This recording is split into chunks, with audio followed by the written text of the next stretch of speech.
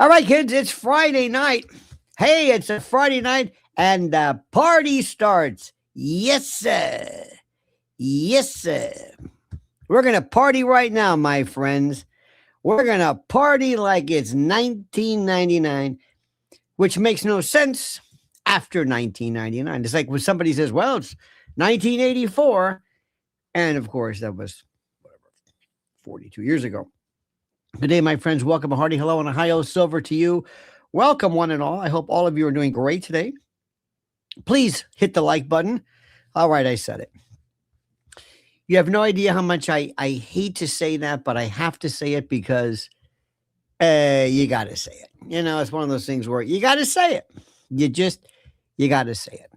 My friends, beware of Thucydides' trap. Have you been following some of the greatest geopolitical stuff that's going on with Trump in China? It was absolutely incredible. And do you know, by the way, who my vote for news cretin, and this is tough. I've got a couple of people in mind, Piers Morgan and Patrick Bet-David. And while I'm at it, Dave Portnoy. But that's another story. That's just too easy. Patrick Bet-David is full-fledged cretin. Just absolute. Oh my God. But that's not what we're going to talk about. I'm so glad you could join us. So glad you could be here. Today, my friends, and by the way, we're doing a different time now. Do you like this time a little bit better? I think, I don't know, we're getting into the summertime. This may work better. I don't know if it matters. I don't know if it matters to you one way or the other. But I think 7 o'clock Eastern time might work better for me because it's just, I don't know, kind of mix it up. And you see, that's the story of tonight's show. Tonight, we talk about the apotheosis, the beatification, the canonization, the elevation, the elevation, if you will, of one Theo Vaughn. And I have been so impressed with this young man for reasons that I think are very difficult to explain, but I will try to do my best. One of the reasons why, the first time I saw him, I'll never forget, years ago, well, seems like years ago, he was doing a routine about his cocaine addiction. And something about he was in New York and he was with a cab driver and he told this story. And he had a delivery which I found just so unique, so honest, so sincere. How I thoroughly love people who are just sincere. People who are not pretentious. People who are not lying. People who tell me the truth. I mean that. It means more to me that somebody speaks the truth than anything else. I don't even care for what they're saying. It might not be the brightest or the most important or the most poignant or the most critical or the most accurate. It doesn't really matter. The fact that somebody is honest to me, honest, you have no idea how I think the idea of honesty is so critical, it's so wonderful, and so how I celebrate people who tell me the truth or who speak in a way that's almost just not pretentious, not filtered, not subject to the usual lies, and the lies I cannot take anymore. That I will not abide. The lies, I can't take the lies. And that's why when somebody's able to speak to me in a way which I think is terrific, it means so very much to me. And I think you're probably the same way I am. And that's why Candace is terrific, and that's why so many other people are good. And that's why I think that Theo, it's important. I'm going to talk about that for a moment because one of these things, which is kind of sort of neat, is we live in a time right now, which is very interesting. We live in a time where, lo and behold, there are these folks who are, what's the word? They are, we're being allowed to be privy to so many new talents, new people who are making their ways into this world that we're in. And they come from different places, different backgrounds and different whatever. And all of a sudden, you may have known them for years. I will just discover them for the first time and I make my way through. And interestingly enough, there's this group right now, which I'm kind of settling into. And of course, I still always pay homage, and tribute to Alex Jones, who is the granddaddy, the paterfamilias, he is it. Later on, Joe Rogan changed the equation by giving something which was so terrific, because what Joe Rogan did and does, and I like so much, is he's able to provide to you and for you a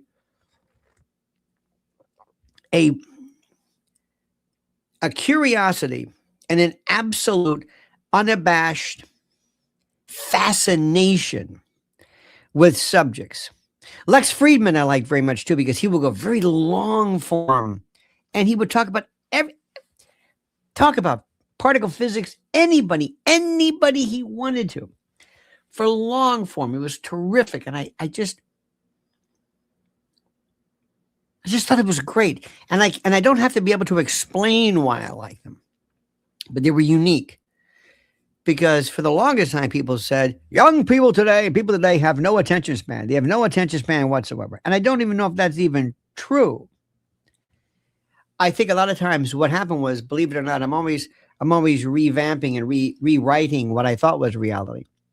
People said, people don't have an attention span. Well, they do, especially when Netflix came and people were watching, they had Netflix Neck. They would watch long form Netflix programming to watch the entire series in one. I mean, they can pay attention. So much for that.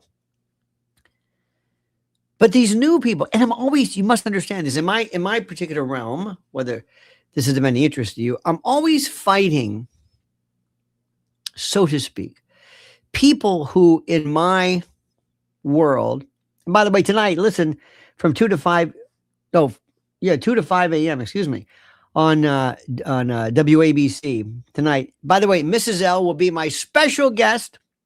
We used to have Warrior Wednesdays. Now we're going to have, what do you have? Warrior Weekend or Warrior something. We're going to have her iteration of that.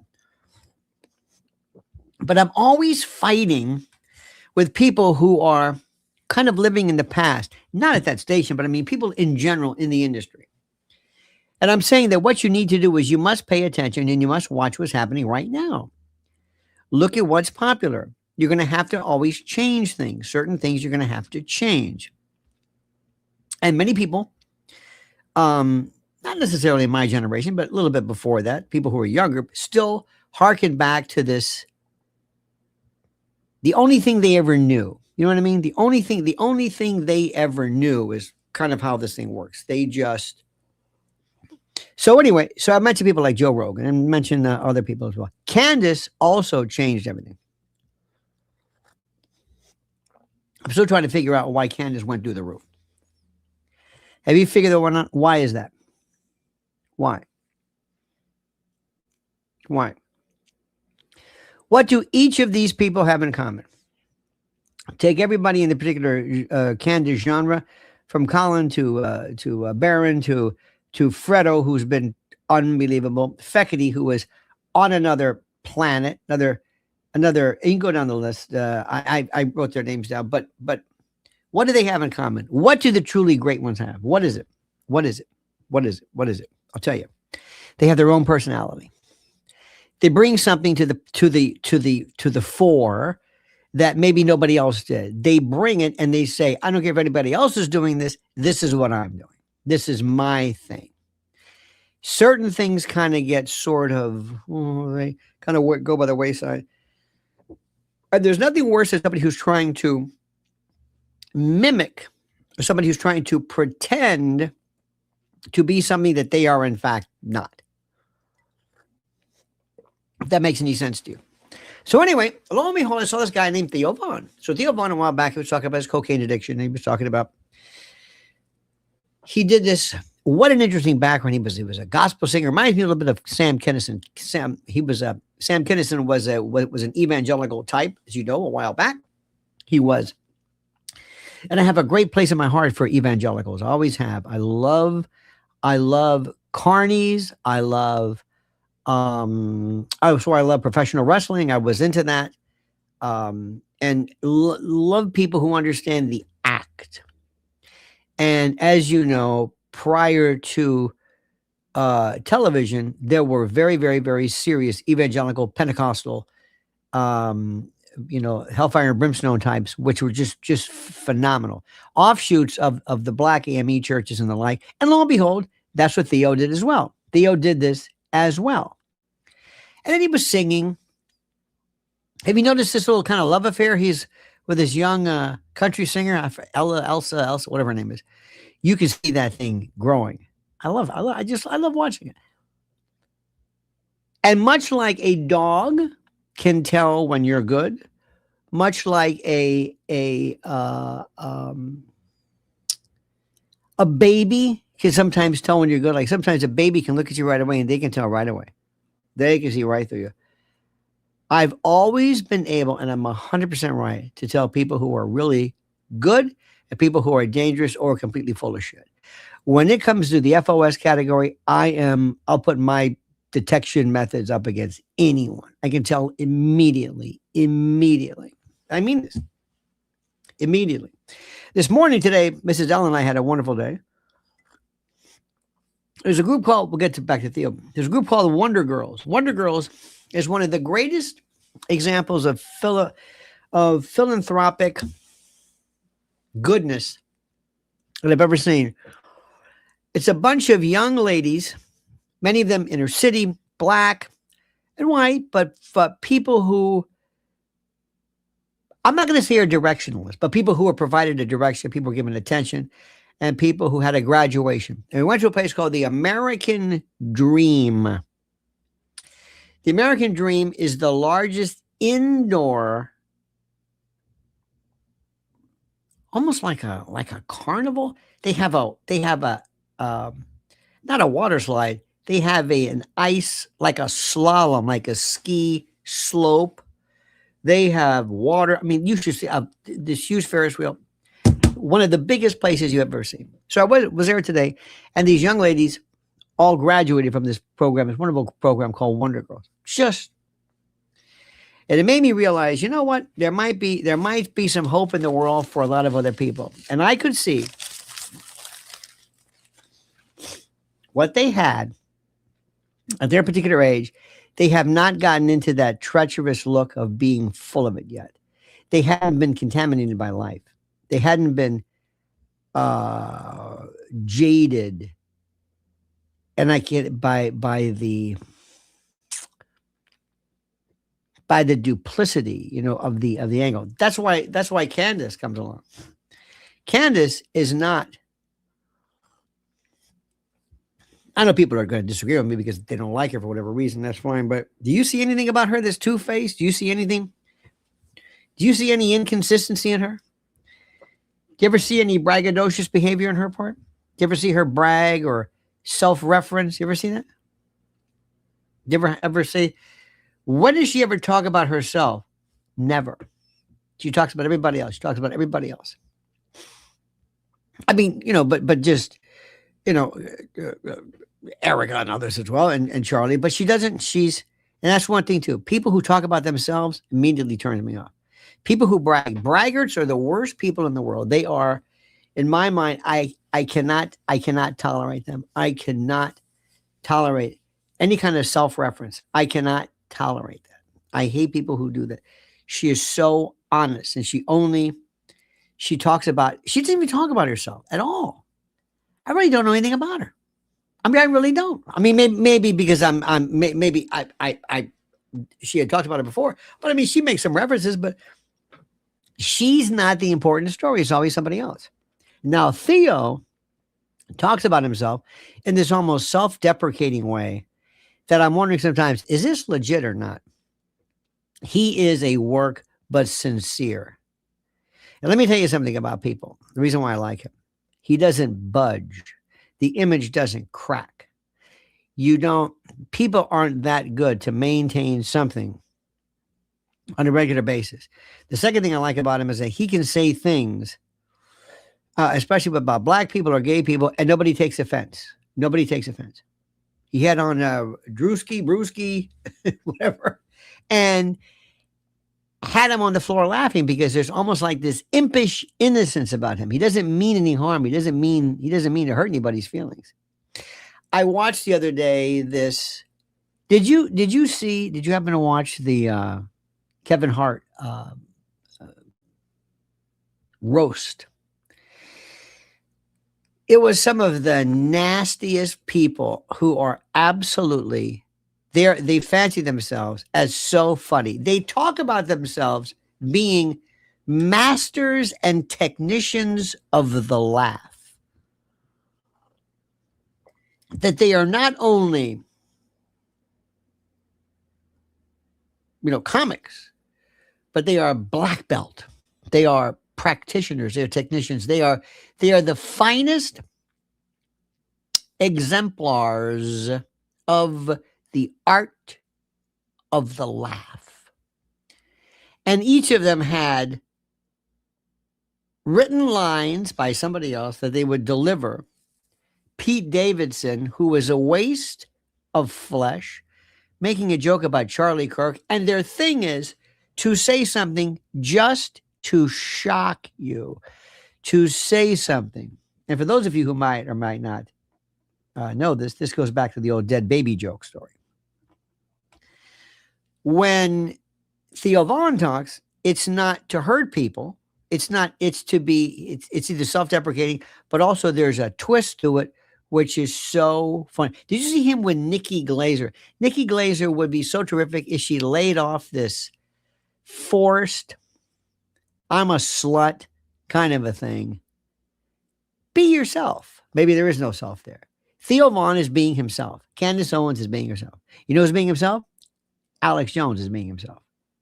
Tucker is being himself. Think of all the greats. Think of all the people that you like. They're being themselves. I think everybody's being themselves. Do you ever see when somebody comes along? There's a couple of them. I'm never going to tell you their names, but I wish I could. I could say, watch this. Patrick Bet David, phony, fraud, huckster, shyster, carnival. He's a work. He's an angle. He's an imposter. He is Mike Huckabee, phony.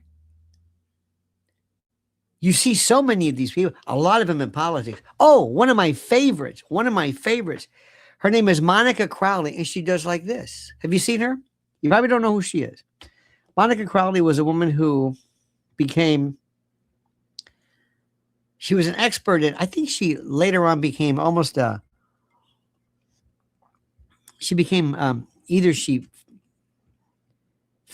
people used to joke that she would stalk. I don't think she ever did that, but she became, her sister-in-law was her sister was Alan Combs's wife. And this Monica Crowley she knew Nixon. I think he lived in Saddle River or something in Jersey towards the end of his life. And she just would Nixon. She was there all the time and knew about him and talked, whatever.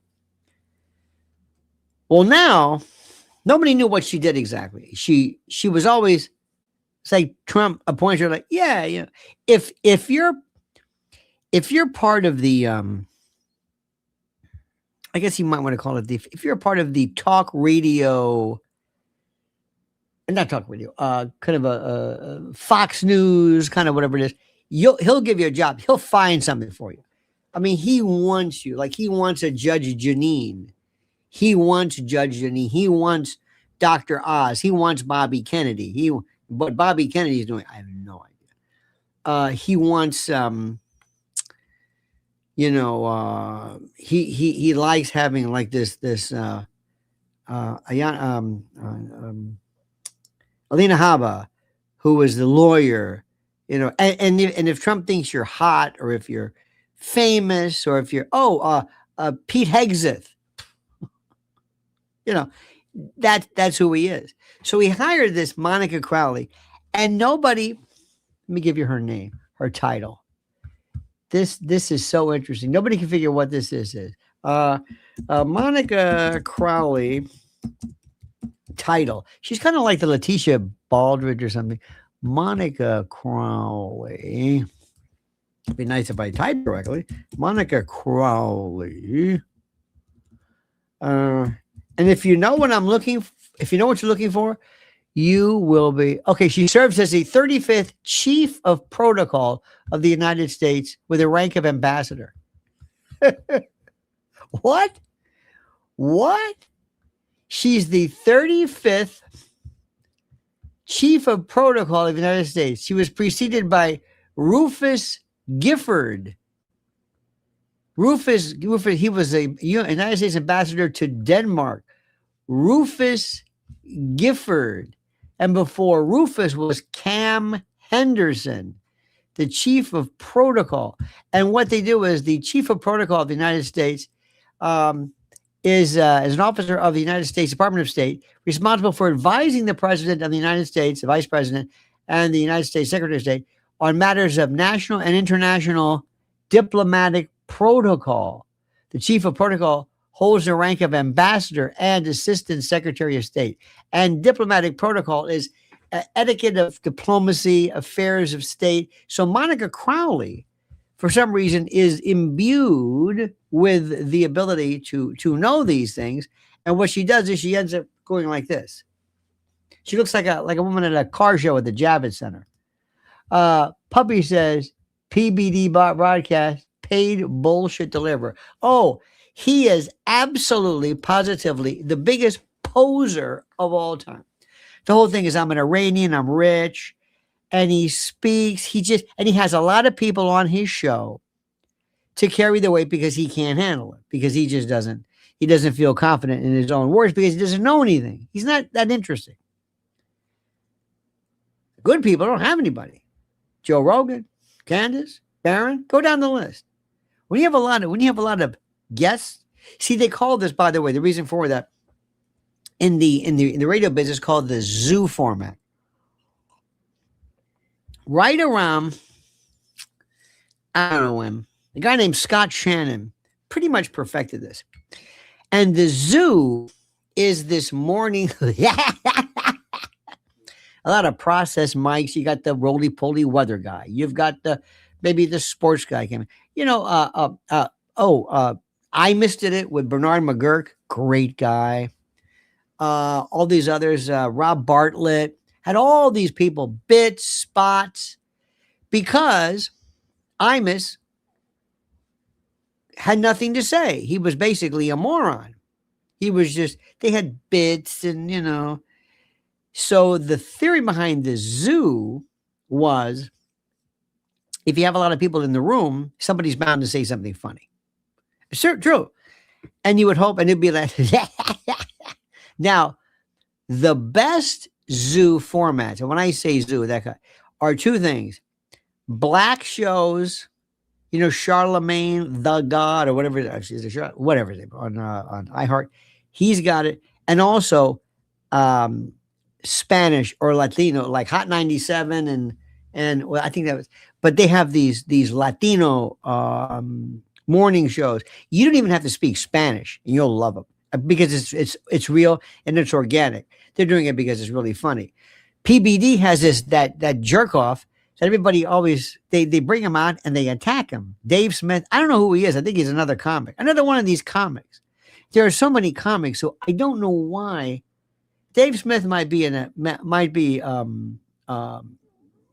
of an exception, but they don't know anything. I mean, they really don't know anything.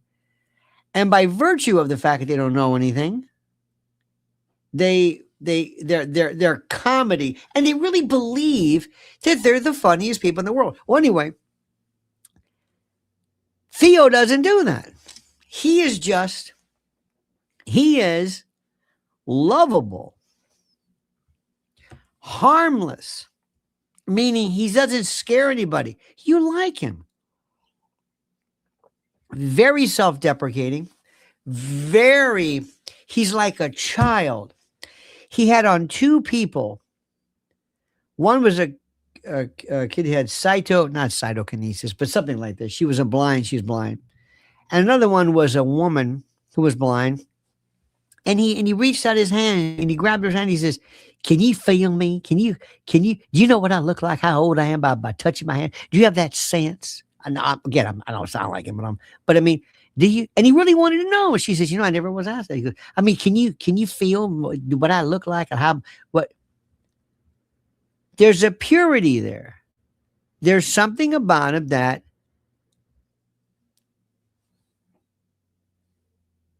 and people love him. And he says these things that I'll tell you who else I love him, and I'd love to talk to him one time because he's Cuban, and I know the Cubans intimately. Joe Diaz with Rogan. Joe Diaz. I could talk forever about Cubans I know intimately. Intimately. They are from another planet. And I know exactly what that planet is. I've been at that planet. I know exactly what they are. But there are these people I just like, and I like them. And I feel that there's something there, and there's it's not an act. There are other people who are absolutely positively, look at this, none are so blind as those who refuse to see. I've never heard that. Puppy paws, I've never heard that. Thank you. I've never heard that. I've never heard. There are none so blind as though who refuse to see. I never heard that. Thank you very much for that. There were comedy people are, if you've ever met them, the ones who do stand-up are some of the most miserable people you have ever met in your life. There's nothing that you would think they'd be funny. You would think that it'd be fun to hang around this guy. Oh, no. Sometimes there are people that we know. You might know them. Maybe people that you've been, maybe a relative or somebody you work with, somebody in your carpool, and they're just funny, and they're naturally funny. They're just funny. And they really don't, they don't mean to be. They just have a unique outlook. That's Theo. He has this, he looks at things. One time he said he was it whale watching or something? And he always has these women on. And for the most part, women have to feel, and a lot of these people, Bobby Lee's Asian. That's it. Bobby Lee is offended whenever somebody brings up the fact that he's Asian. And he takes offense at being Asian. That's the joke. That's it. That's the joke. This guy, Sebastian Maniscalco, was so interesting. And now that act is so... Did you see when one person imitated him? By the way, did you see this? It was on Saturday Night Live. And all of a sudden, once this one comedian imitated him, he looked like the biggest phony in the world. I said, oh. For years, people tried to do Trump. They couldn't do him. They couldn't figure out what he was doing. Alec Baldwin, who can imitate, by the way, he can imitate his wife, who doesn't speak Spanish, he doesn't speak English, then she can't speak English, then she has an accent, then she doesn't have an accent. Anyway, Alec Baldwin, interestingly enough, Alec Baldwin used to imitate. He was very good at natural mimic. He did Tony Bennett. He did a lot of people. Really good, really, really funny. But he couldn't do Trump. He would do this. I don't know where this came from. I don't understand it. I don't know. And then it was that fellow from Saturday Night Live, the best one ever. SNL, his name is Austin. He has 3 names. James Austin Johnson. James Austin Johnson said, I know how to do Trump. And he did I can't even attempt to do that. I don't do imitation. I can do a voice, but I can do an imitation. He did it. And he would do this. And he'd do the breathing. And everybody imitated him. Everybody imitates now the first iteration of James Austin Johnson. He was the first and the best. And what you see now is people say, oh, I can do that. Who is it who does? I think Eddie, was it Eddie Murphy who? There was a black comedian who imitated him. Eddie Murphy's a very good mimic. Very good mimic. Anyway. before your time, when John Kennedy was, president, a comic sort of was named Von Meter. Von Meter was okay, but he was the first one, and everybody imitated Von Meter, and they did all the Kennedys. He was the first one. Of course, he remembers when he was on November 22nd, 1963. His entire career. Think about this. His entire career is over and shot. No pun intended. Just done with this one. When Nixon came along, people did a fellow named David Fry. He would do that. That was David Fry. David Fry did LBJ. That was David Fry. And people imitated David Fry. That's what this thing was. That's where all these people come from. And it's one of those things where you just... So going back to what I was going to say, watch if you can. If you can go through it. Even The Rock, all these people have...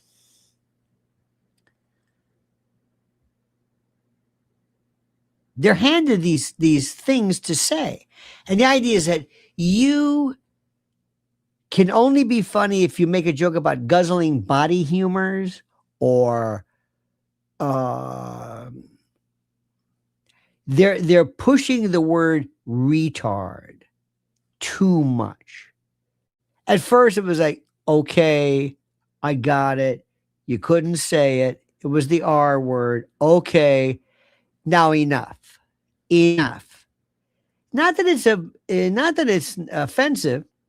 Anything can be offensive. I don't care about if it's offensive. It's just too much. It's not funny anymore. It's like too much. Say, bruh. Stop with the bruh. Stop saying this. It's not funny anymore. It's too much.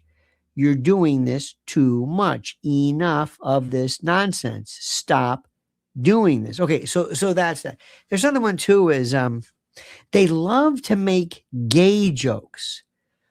Watch this. I'm serious. This is comedy. These are the best of the best. This guy, Sean, Sean, whatever his name is. He's pretty good when he's by himself, but they have this. And it is one of the most. We are at the intellectual and sophistication nadir of our time. People loved Carlin. People loved the undisputed Bill Hicks. Bill Hicks was a monster. Lenny Bruce, Mort Saul, Dick Gregory, Robert Klein, who was my personal favorite. I've never heard anything like this. It's brilliant. It was so smart. Not anymore. Not anymore.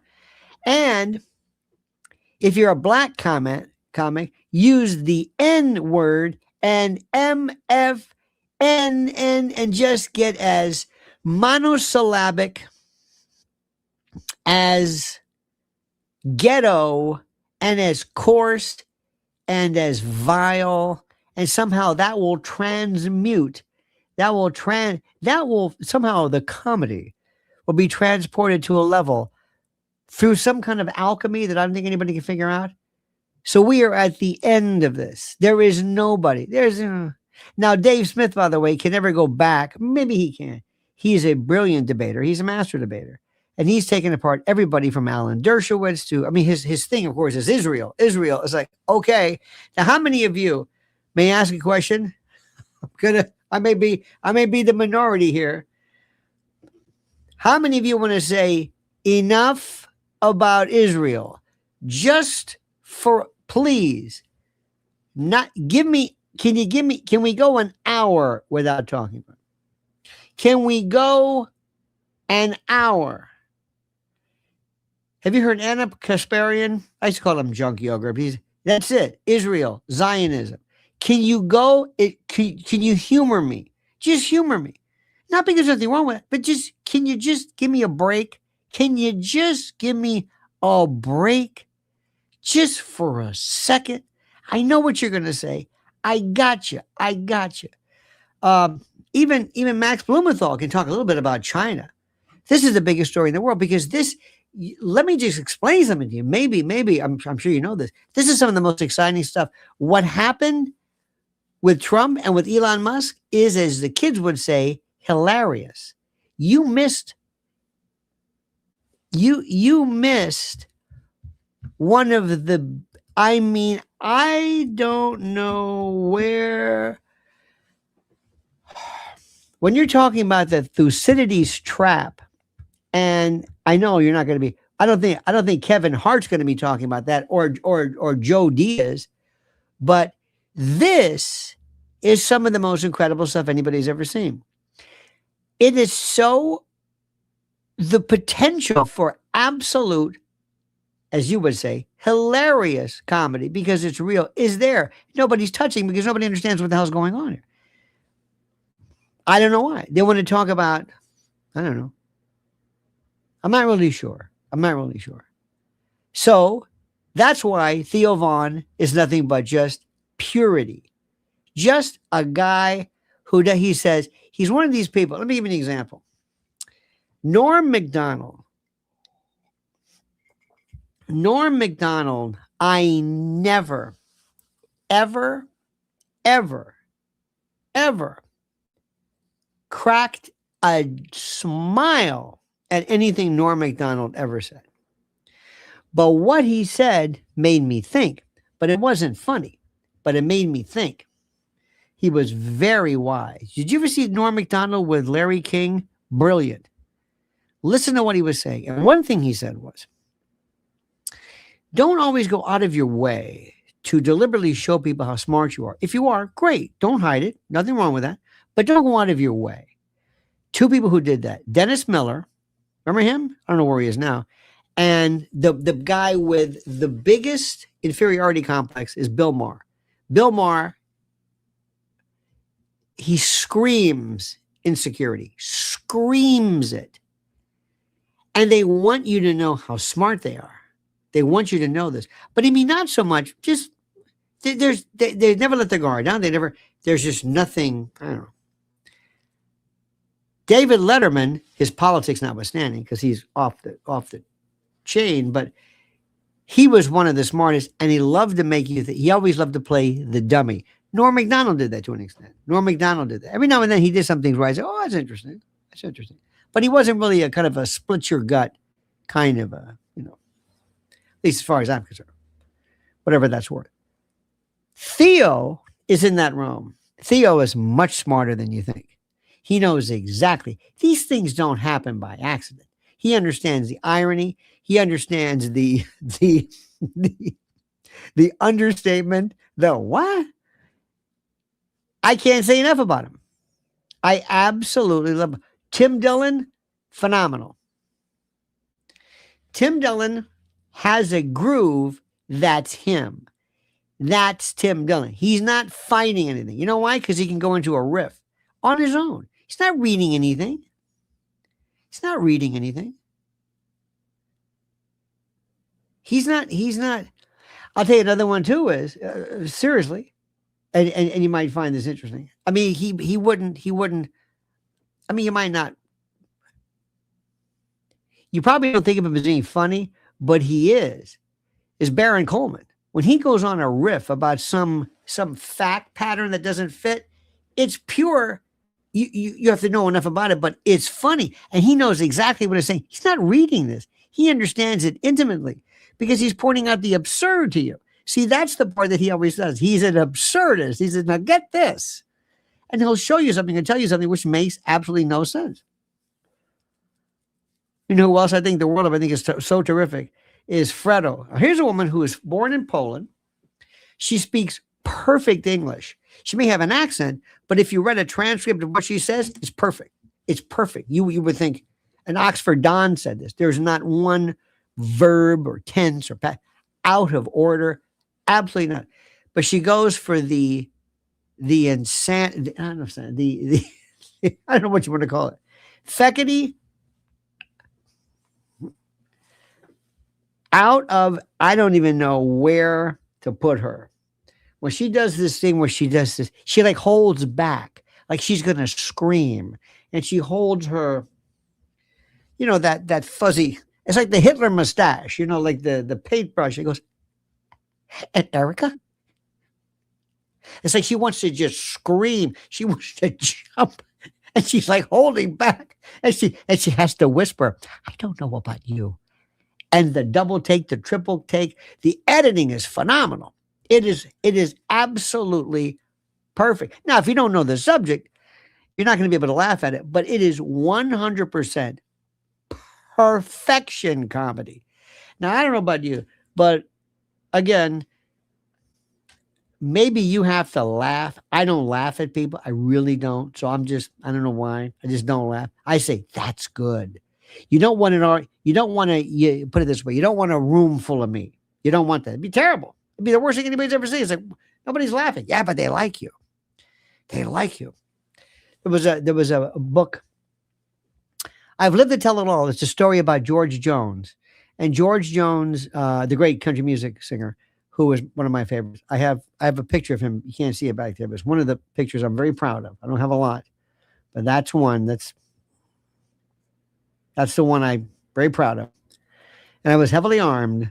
Anyway, but he was I think he was someplace, and there was a comedian who was doing something, and it was in front of it was an Indian reservation, Indian tribe or something, with real Indians, real honest to God Indians.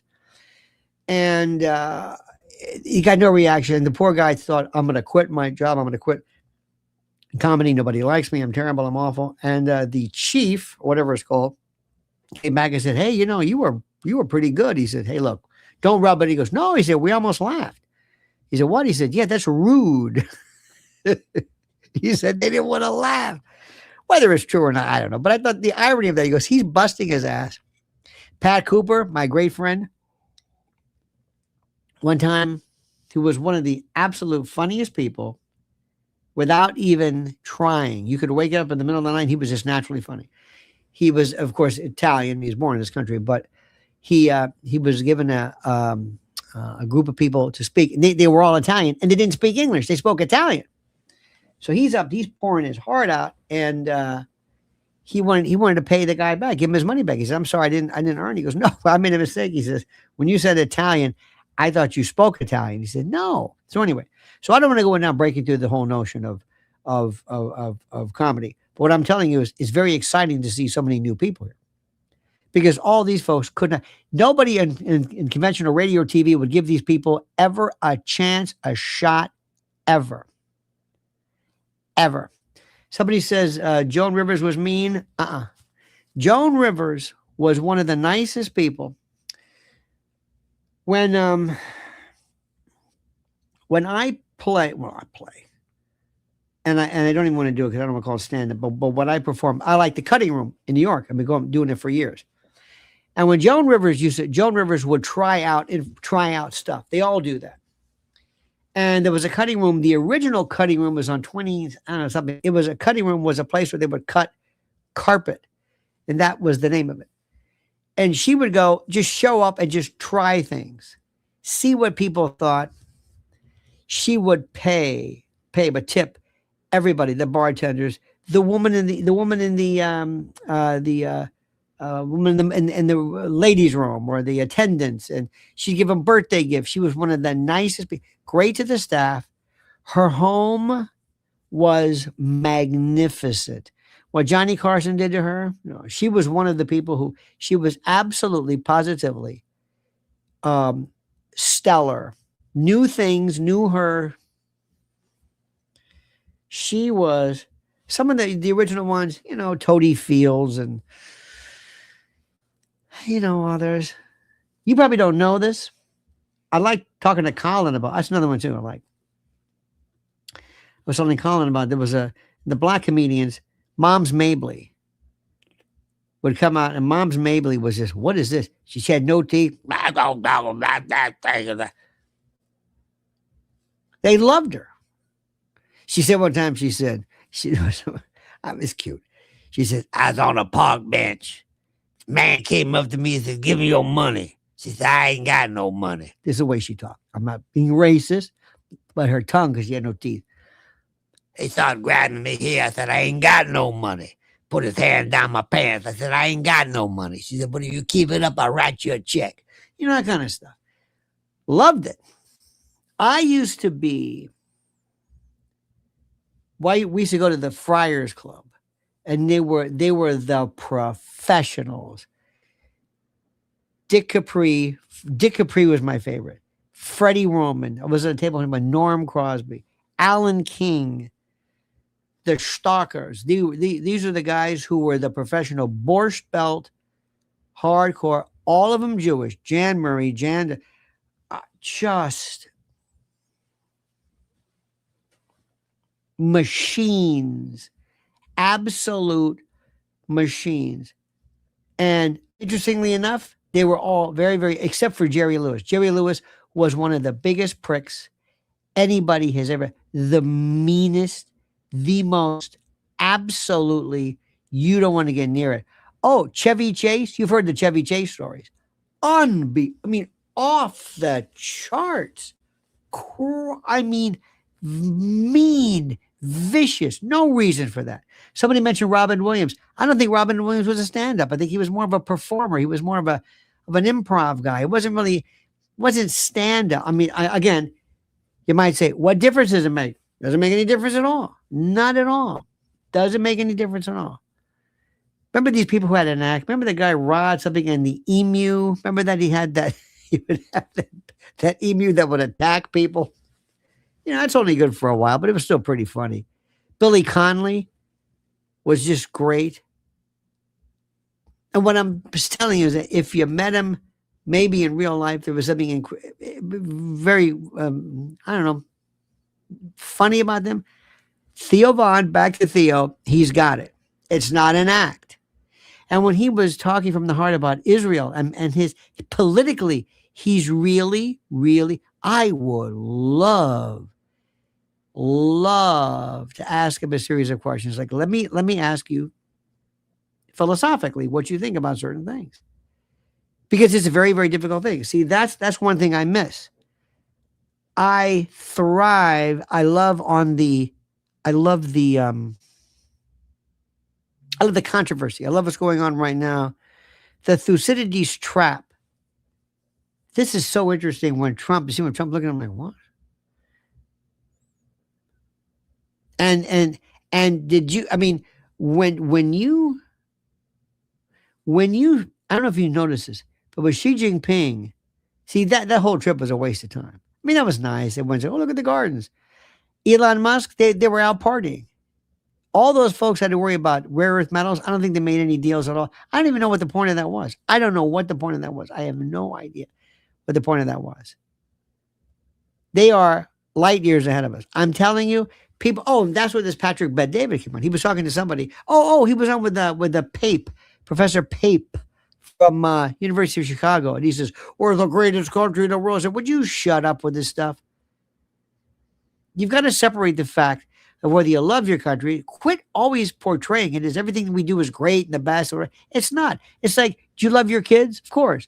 But sometimes they'll knock like a horse's ass and you say, I love you always, but you're acting like a damn fool now. This is ridiculous. This isn't, I'm not proud of you. I'm not proud of my country now. Are you? Are you proud? Not the country, but the government. Is anybody here really proud? Do you think we're on the right track for this? Do you feel good for the future now? Seriously? Do you think anybody knows what the hell's going on? Do you really, really, really knows what's going on right now? Let me ask you another story too. Are women funny? Did he ask that? You're damn right. Are women funny? Are women funny? Come on. Don't everybody answer at once. Come on, let's go. Who wants to step up? Is women funny? Are women funny?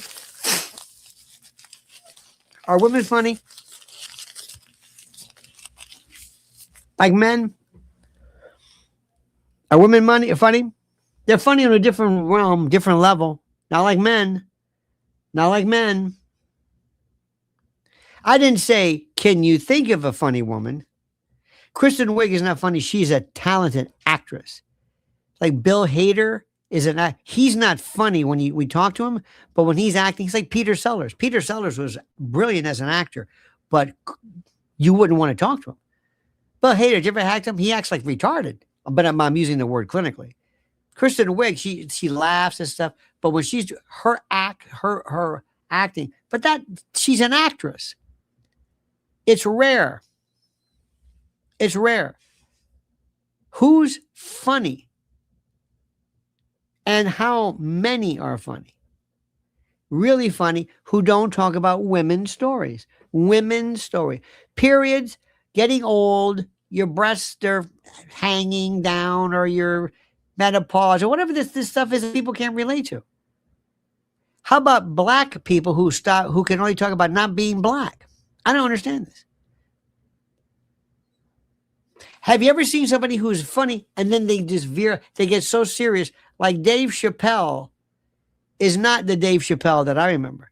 When Dave Chappelle was young, he was a genius. He was so bold. The Chappelle Show was absolute genius. Genius. The N word. I hate saying that.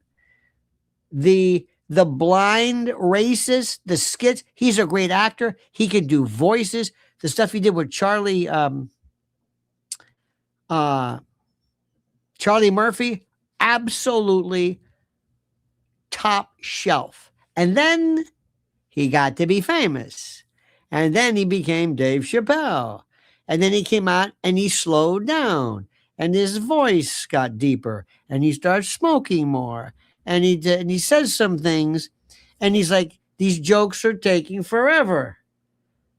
It's like, what are we doing here? I was going to tell you this. Well, not at the cutting room.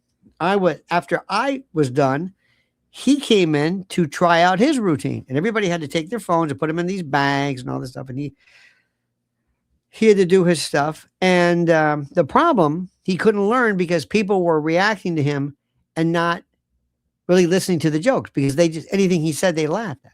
So he really couldn't tell. He couldn't assess, are they any good? I one time saw George Carlin at his set. He had a table and he would just read jokes. And he would go, no. This was his act. I didn't know I went and he was trying out his routine. I thought, you should warn me next time. But he says, is that good? No. And he was trying to work through it. George Carlin memorized every single word. Some people have a routine. He had to remember. It almost, it was good, but it wasn't. Kind of lost me for a while there. I want you to go back and I want you to find out the smartest thing ever on television. There was a time, remember, honey, when they thought laughing was that good? I don't think it was that good.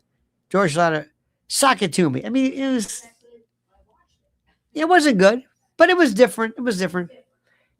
Your show of shows, stratospheric. Sid Caesar, Imogene Coca, Howard, what's his name? Who played Ernest T. Bass? Howard. How they did this, and the writers, Woody Allen, Mel Brooks, Larry Gelbart, Neil Simon. This wasn't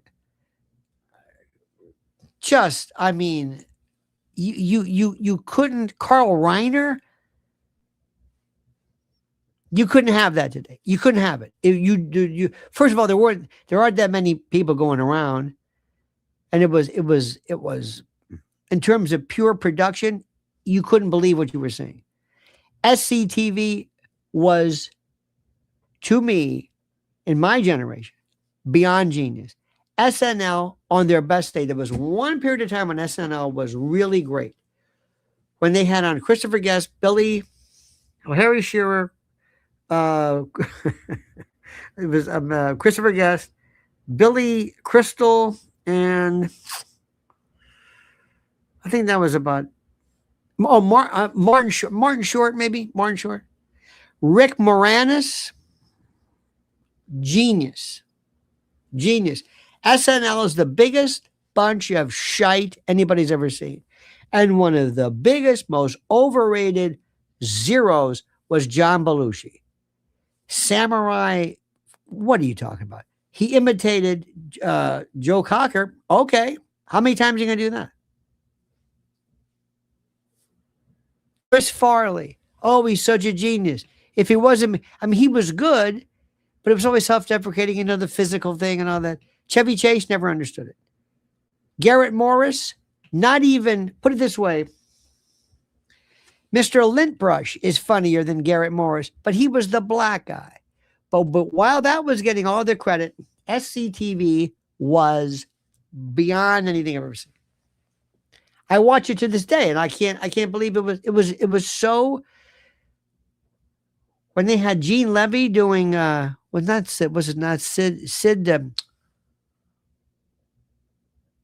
Cohen, he's doing a Taxi Driver.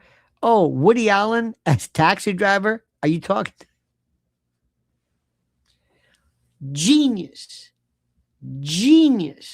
Not even, I mean, just funny where you can't believe what you're seeing.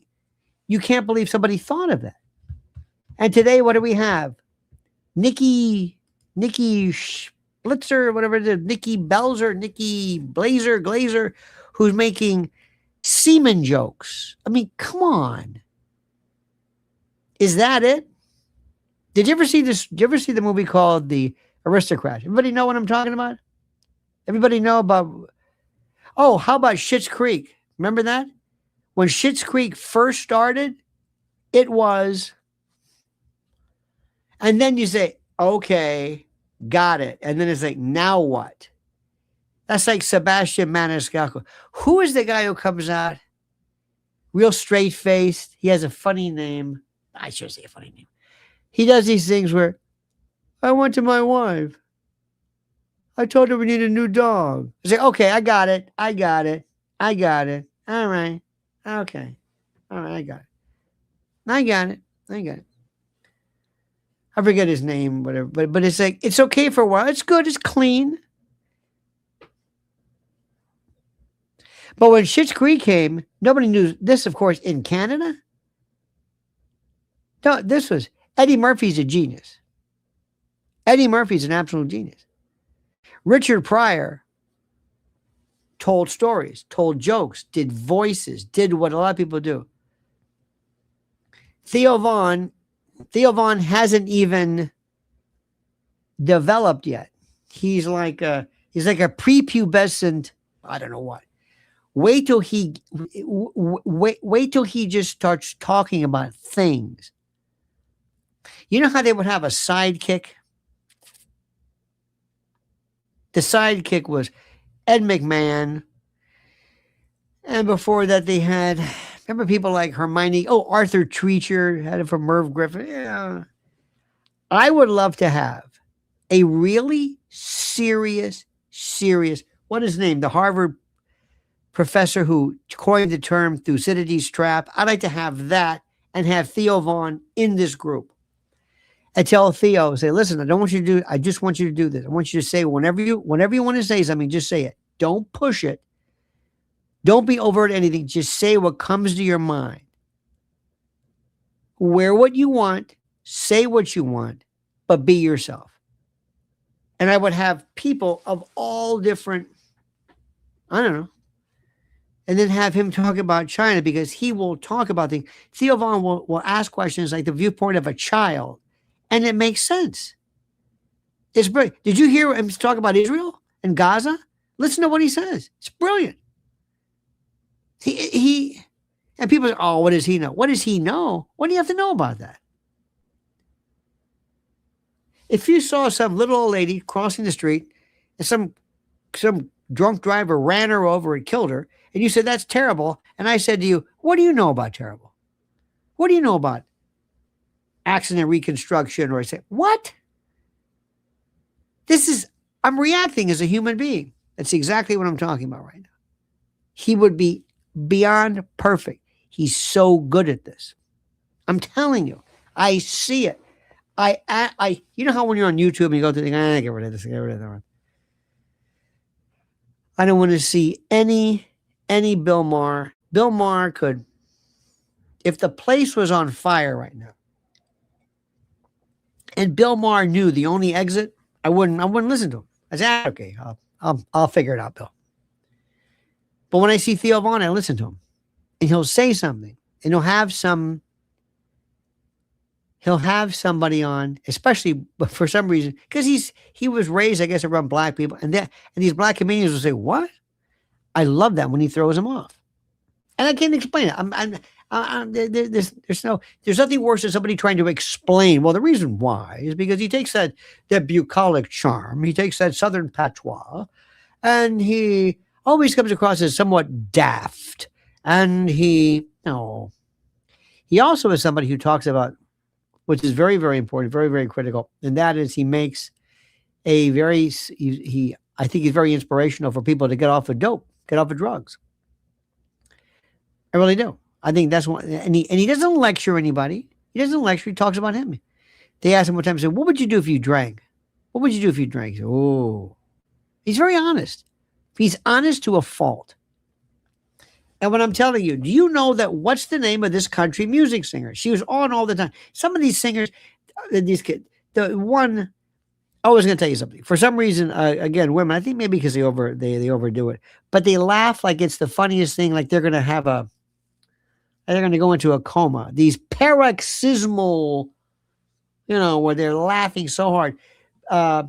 Jerry Seinfeld, by the way, Jerry Seinfeld, when did he turn into be such a prick? You notice that? Jerry Seinfeld is this is not a nice guy, but he does this thing where comedians in cars drinking coffee or whatever it was. And that was good. But he always has to act as though, by virtue of his comedic sentience, his ability to understand and to perceive comedy, he has to laugh louder and stronger than anybody else because of his ability to appreciate comedy. See, he's a comedian and you're not. So when he laughs, it's because he's analyzed it. You know what I mean? He's one of these people. Drives me crazy. This is not somebody I particularly care for. Yes, Ella. Watch this. This is absolutely so interesting. He's very, very good. And by the way, Mel Brooks, Young Frankenstein, you can go through this. Do you remember what happened when the producers came on? Mel Brooks was so ahead of his time. Mel Brooks, Blazing Saddles. And that's why I always tell people, whenever people say, "Oh, are you doing that fart thing again?" What was a scene that to this day, the campfire scene in Blazing Saddles is still one of the funniest things in the world. It's absolutely one of the best scenes. Somebody mentioned Larry David. Larry David is a prick, and that's his thing. He's not kidding. I don't want to know Larry David. I don't know about you. Richard Lewis, his routine, when he first came out, very good. But also, if you notice this, I would hope, I know this sounds ridiculous. I'm just kind of an outsider here, but I would hope that Theo and this young Ella, whatever, I hope somebody there's some real. It's like they're almost like, it's like two innocent, kind of Southern, the way they're. Can you see the courtship? Can you see it? Can you see what's going on? And then these others will come on thinking, it's not going to work. But you see, they're almost like they don't want to let their guard down, but they do, and they're doing this other thing, and they're kind of, and it's. I'm telling you, it's almost charming to say this, because I don't think. Listen to this. I don't think young people know how to court. I don't think they have girlfriends. I don't know if they date. I think they hook up. I don't know. Maybe you can tell me. Do they really know what do they know what courting is? Do they have somebody? Do they ever pitch woo? Do they ever go after somebody? Do they flirt? Do they do any of that stuff? Does anybody do any of this stuff anymore? Do they? I mean it. I think maybe one of these days, the best part about podcasting is that this is going to be, or whatever this is, that this maybe will introduce people again into emotions or human behavior or something. I really mean it. I hope it's true. And that's why I will take Theo Vaughn over any of these people, over any of those people, those miserable comedians and that Kevin Hart thing. And by the way, I will tell you this much. The guy who I love is Cat Williams. Cat Williams is Alex Jones, sort of KRS-One, absolute prophet, oracular, Delphic. These are the voices of a generation. These are not, do not mistake Cat Williams for just somebody who's, joking around. And as long as Cat doesn't smoke weed, he's fine. If he drinks, he's great. But when he was on with Joe Rogan, it was such a train wreck because he couldn't put two words together. He was on with Club Shay. By the way, is that Shannon Sharp? They pretty much nailed him, right? We are privy to something which I can't share with you because a lot of this is not really documented. Well, it's documented, but it's not provable. And it's called, for lack of a better word, the blind gossip, the blinds. And there's also a kind of an underground, kind of like the dark web of background. You won't believe the stories that they sound good. They don't sound far-fetched. I heard one today about Anthropic. I can't say it, but wow. And all of it is just, it's really, it's incredible. It's absolutely incredible. The stuff that is out there. See where old Pete Davidson, a miserable, that guy is so toxic, sick. I don't know if he's still on the drugs or whatever it is. Walked away from his family, his new band. He's just, I look at this guy and I swear to God, there are very few people I immediately just despise. I don't see him that much, but when I see him on these roasts, whatever, he's part of this thing. And let me go back and say it again. The reason why Theo Vaughn is so good. He's nice. He's not mean. He's not mean. I want you to go back and watch a roast. Watch Don Rickles do a roast. Don Rickles, you almost felt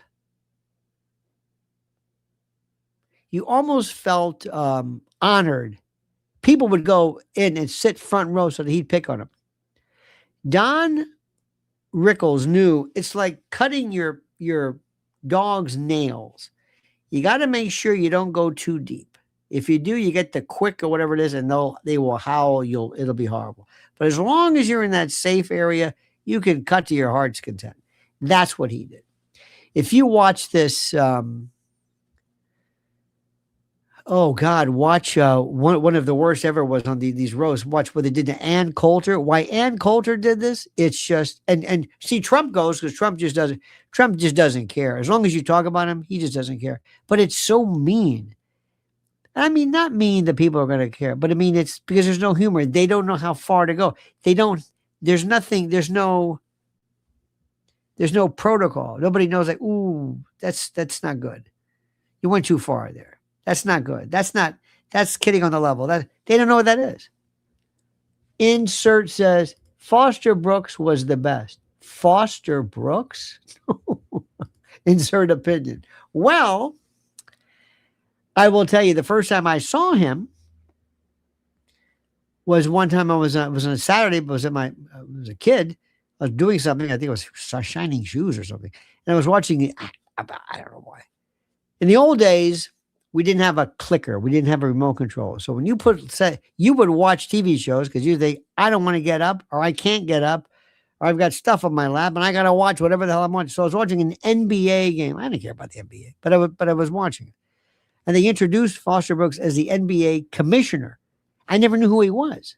I didn't know who he was. And all of a sudden he comes out and he's drunk. And I thought, oh my God, I'm watching.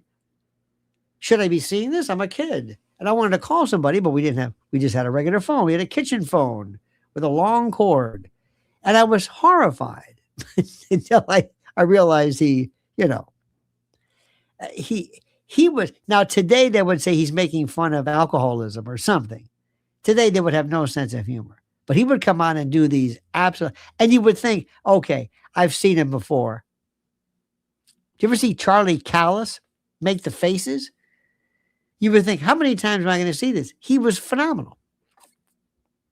He would make noise, and I knew what he was going to do. There were people in the old days, Jackie Vernon. Jackie Vernon was like he was dead. And he was like before Stephen Wright and before Mitch Hedberg, who was brilliant. Mitch Hedberg was brilliant. Brilliant. Seriously. Stephen Wright did it too, but for some reason, Mitch Hedberg, I don't know why but Jackie Vernon, Jackie Gale, Jackie Leonard, Jackie Mason. I knew Jackie Mason. We would remember Jackie Mason at the Statue of Liberty. I mean, Mother Teresa at the Empire State Building. One time we were at a thing where I was asked to speak with a lot of notables. The Empire State Building did not. They would normally issue color. Well, they would bathe the statue or the Empire State Building in different colors, depending upon, it's St. Patrick's Day, it's in green, or it's NASCAR. Who knew they had colors? Whatever it was. They even had some singer like Charo or some stupid. Anyway, but so Mother Teresa, she was born on my birthday, by the way. So Mother Teresa died, whether you like her or not, whatever. They said, we can't do this because she's a political character. But they said, well, you did Martin Luther King, you did all this stuff. So everybody got bent out of shape. So I was there with the Catholic League and others. And we were supposed to say a few things. We were supposed to say something that. So there, I was there, and there's rabbis and priests and notables and the mayor or whatever it was. So here comes Jackie Mason. Jackie Mason was so filthy. I mean, really, it was like, Jackie, please. And people were just, he wasn't drunk or anything. He was just, and the thing is, these bastards, and go fuck yourself. And I said, oh my God, it was, I don't know if I follow. I think I was before him. I was like, this is not good. But Jackie Mason, during his time, would actually sell out. I know they papered the room a little bit, but he would sell out a Broadway. He was great. I mean, really, he's the only one who did that kind of humor. Before that was, you would know this one, Myron Cohen, way back, who he was a tailor. And he would come on and do these ridiculous. So those, they were kind of, they were, they kind of made their way. They broke down the doors. They were kind of unique and that sort of thing. But Theo is nice. Do you remember watching in the old days people like Toady Fields or people just Johnny Carson, George Goebel? They would come out. Dean Martin would come out. Remember that? They would just sit there and talk and laugh, and maybe it was Dom DeLuise, and it was, there would be this, and nobody cursed. If you have to curse, okay, fine. Nobody did it. It was never filthy. It was funny. But today, I want you to do me a favor. Please watch as much as you can this Kevin Hart roast, or watch Cat Williams destroy him, because Kevin Hart is a plant. He's an Illuminati plant. But there's a meanness here. Now, let me go back to what I'm saying. Are women funny? Let me ask you this. Men, ladies, if I ask any man, anywhere,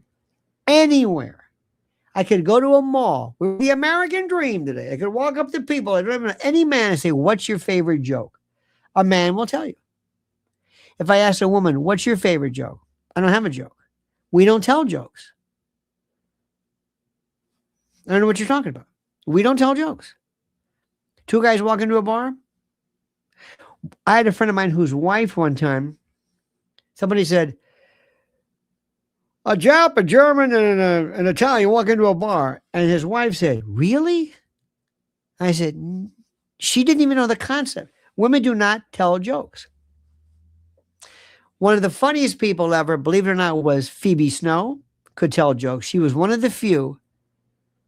She was very funny.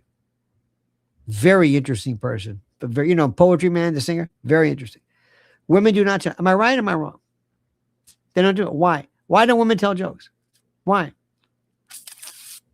I'm dead serious. Why? Why? I saw this Leonarda is kind of funny. That's an acquired taste. Bill Hicks and Lenny Bruce. Yep. Bill Hicks didn't care if you were laughing at it. He wanted to be more of a prophet. Lenny Bruce was never the same until after he was arrested. I was listening to this Leonarda, and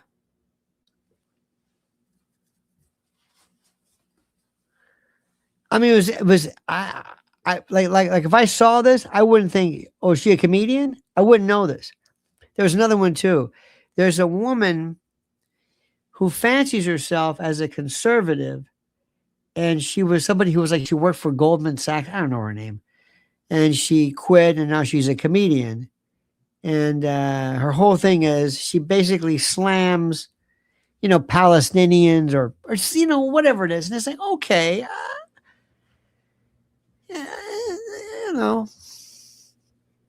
to each his own.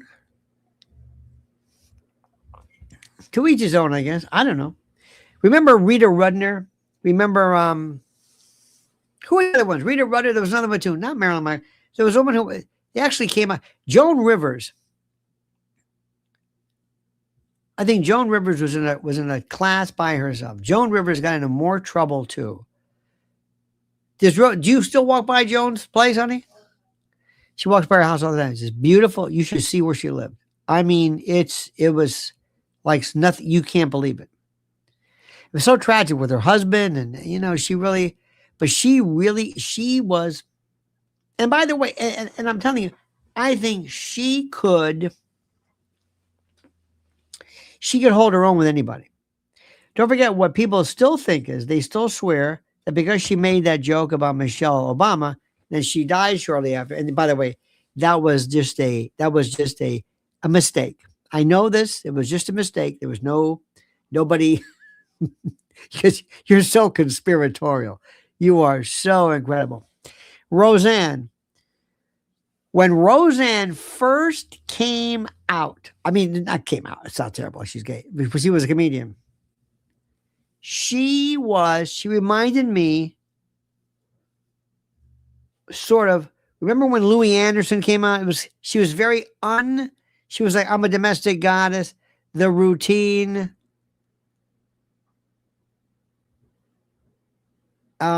She was, nobody saw anything like it. Johnny loved her.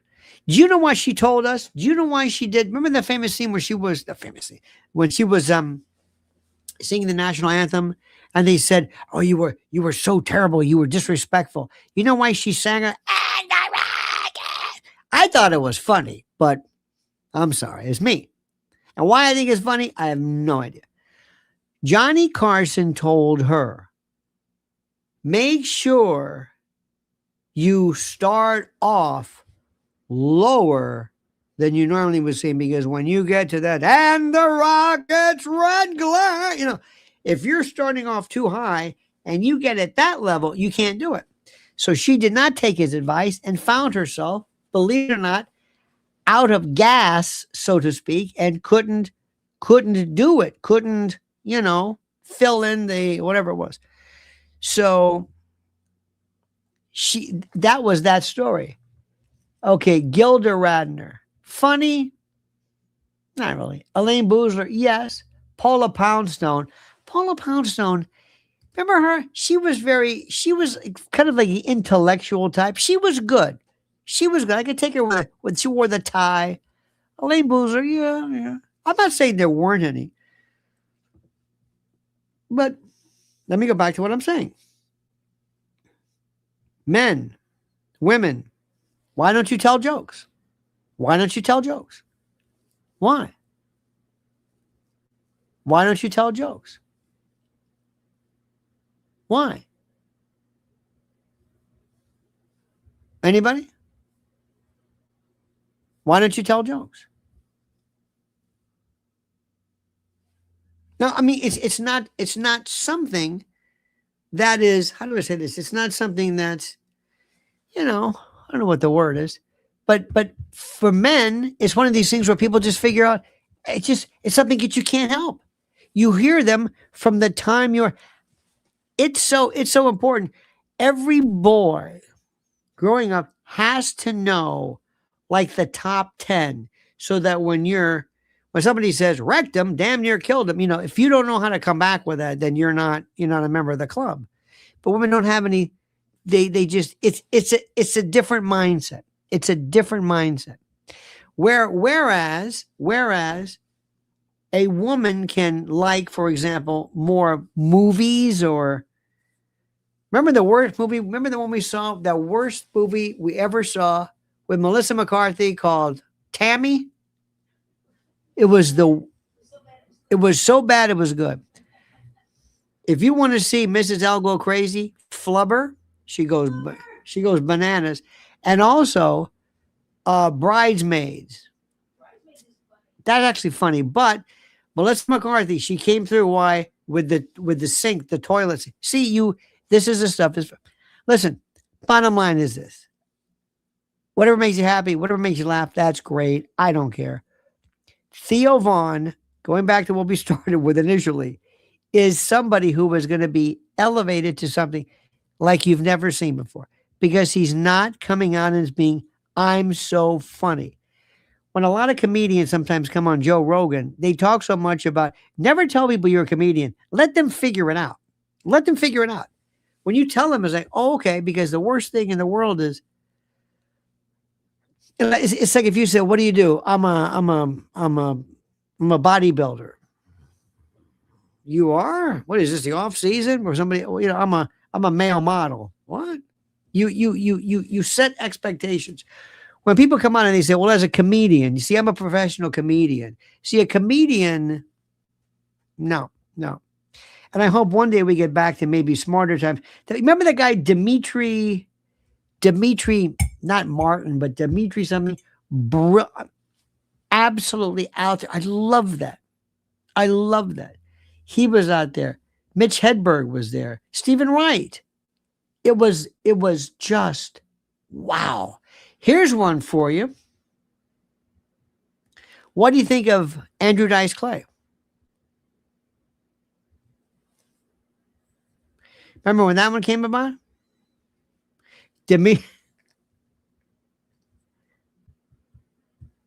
What did you think about Andrew Dice Clay?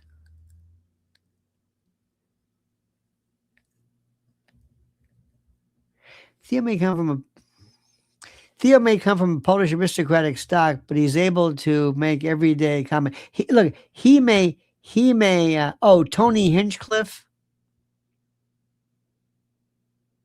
No. Wasn't Tony Hinchcliffe the one at the Madison Square Garden? No. Andrew Dice Clay came on and he said, I'm going to do my act. Huh? I think Hinchcliffe, he was, yeah. When the president came to Madison Square Garden, they got this guy, and it's just, no.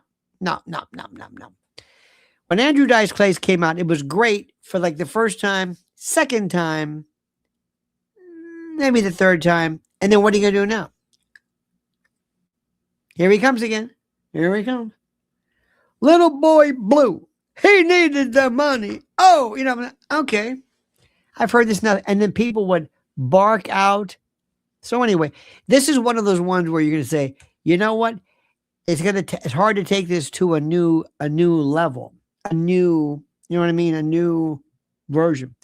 One of the most interesting stories is watch the story of Pee Wee Herman. Remember that one? Phenomenally interesting. What do you do with that? What do you do? Remember Emo Phillips? Remember that weird guy? Judy Tenuta with her accordion? I go back a long time. I'll tell you who's also very, very, very funny. George Wallace, the black comedian. Absolutely great. Absolutely 100% 100% very black, very urban, very real, but didn't talk about. He could relate to everybody. He's phenomenal. Another guy too who I thought was pretty good was that, what was his name? Who was the guy? The big. You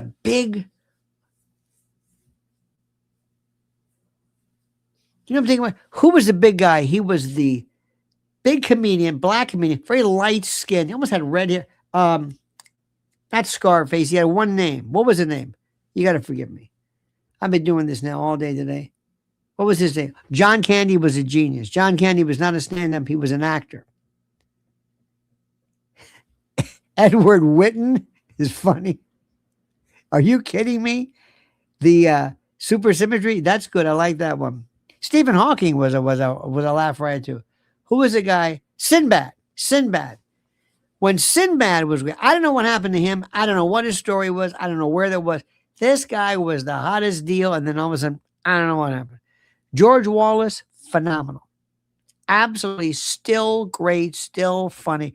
There was another one too. His name was James. There was a comedian. His name was James. He did one thing about plywood. Did you ever hear this guy? His name is James. Oh, his name is James Gregory. James Gregory, watch him.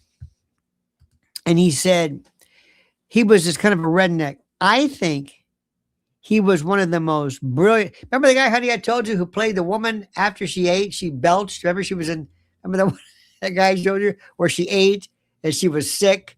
He did this routine where she's belching and she can't get up. And he goes, I shouldn't have eaten that. He died. Oh, yeah, he's been, oh, yeah. Old. But he did this thing where when he was sick, he still came out and he looked like he was going to die at any second. I don't know what happened to him. He was still pretty funny. But he did this one thing about plywood. He said, there's something about in the South, people always believe that they can go through everything, hurricane, with plywood. And he went to this whole thing about plywood is fantastic. And he said, there's something about stupid people. He said, tornadoes, you don't know when they're going to hit. But when a hurricane, they'll tell you next Tuesday at noon, and people will not leave. They'll just cover their house with plywood. And he went through this thing, and he was one of they love this guy. And if you can ever see him, James Gregory, he does this routine of an ant. I've seen this in the South. I've seen this a million times. The woman eats. She eats too much. She sits. She can't get up. She belches. She's ate too much. She complains about she shouldn't have eaten that. She's going to go on a diet tomorrow. She's in pain. And then she says,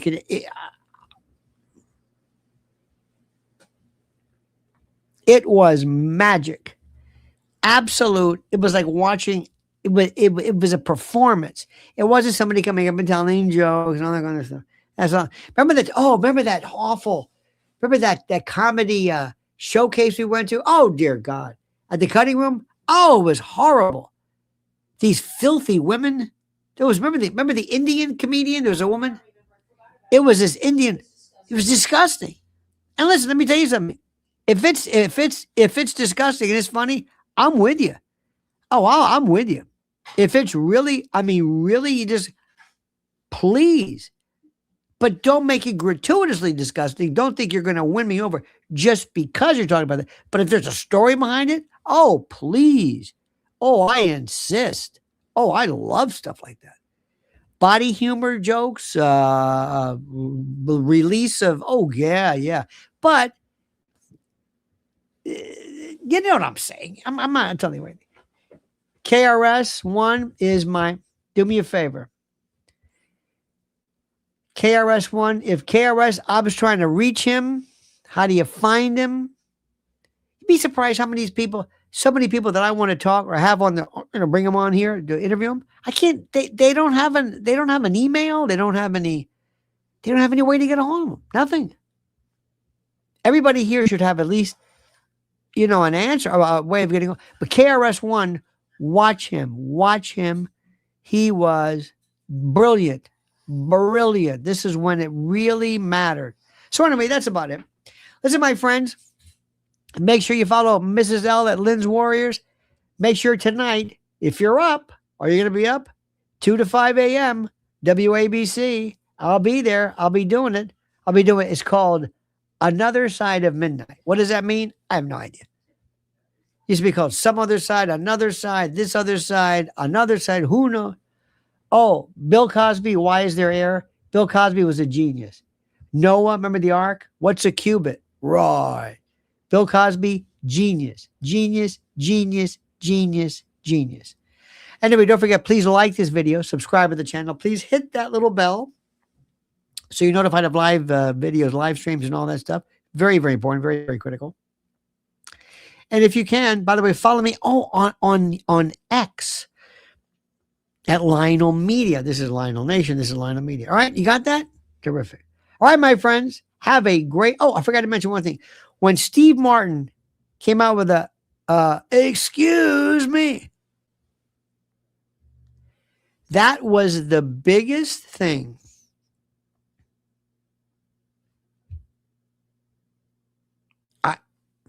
God bless him. God bless him. Have you seen him on the show with, what's it called? Murder in the House and whatever it is?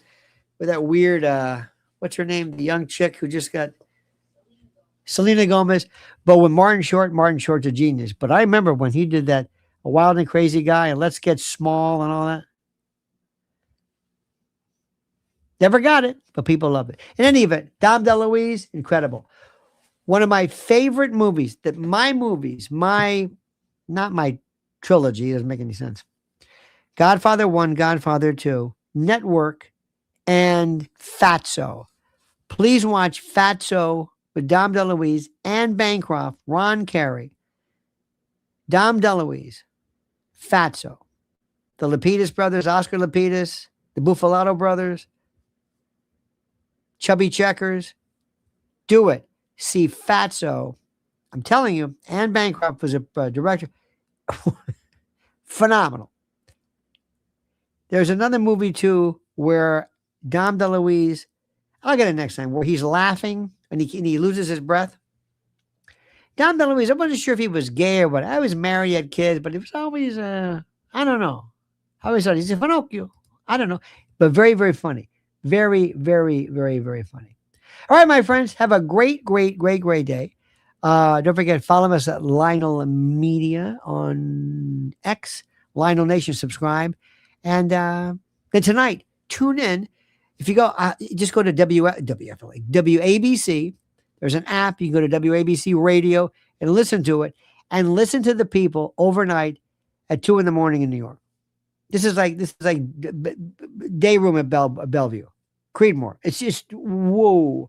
And there are people who don't know what's going on. They don't care what you're talking about. Kind of like my kind of callers. But they're out of their mind. And to them, 3 a.m, 4 a.m, it's like 2 p.m. It's, you got to hear this. And I'm throwing things at them from everything from, the Tuskegee syphilis test to JFK to whatever it wants. And they don't care. It's classic. True terrestrial, real, late night. It's like Art Bell, but in an insane asylum. So tune in. Trust me. And you can also go back and listen to you can go to the WABC archives. Just go to, I'm going to pin it on the Twitter channel. And anyway, have a great night. Thank you for being with us. And until then, my friends, remember, monkey's dead. The show's over. Sue ya. Dad.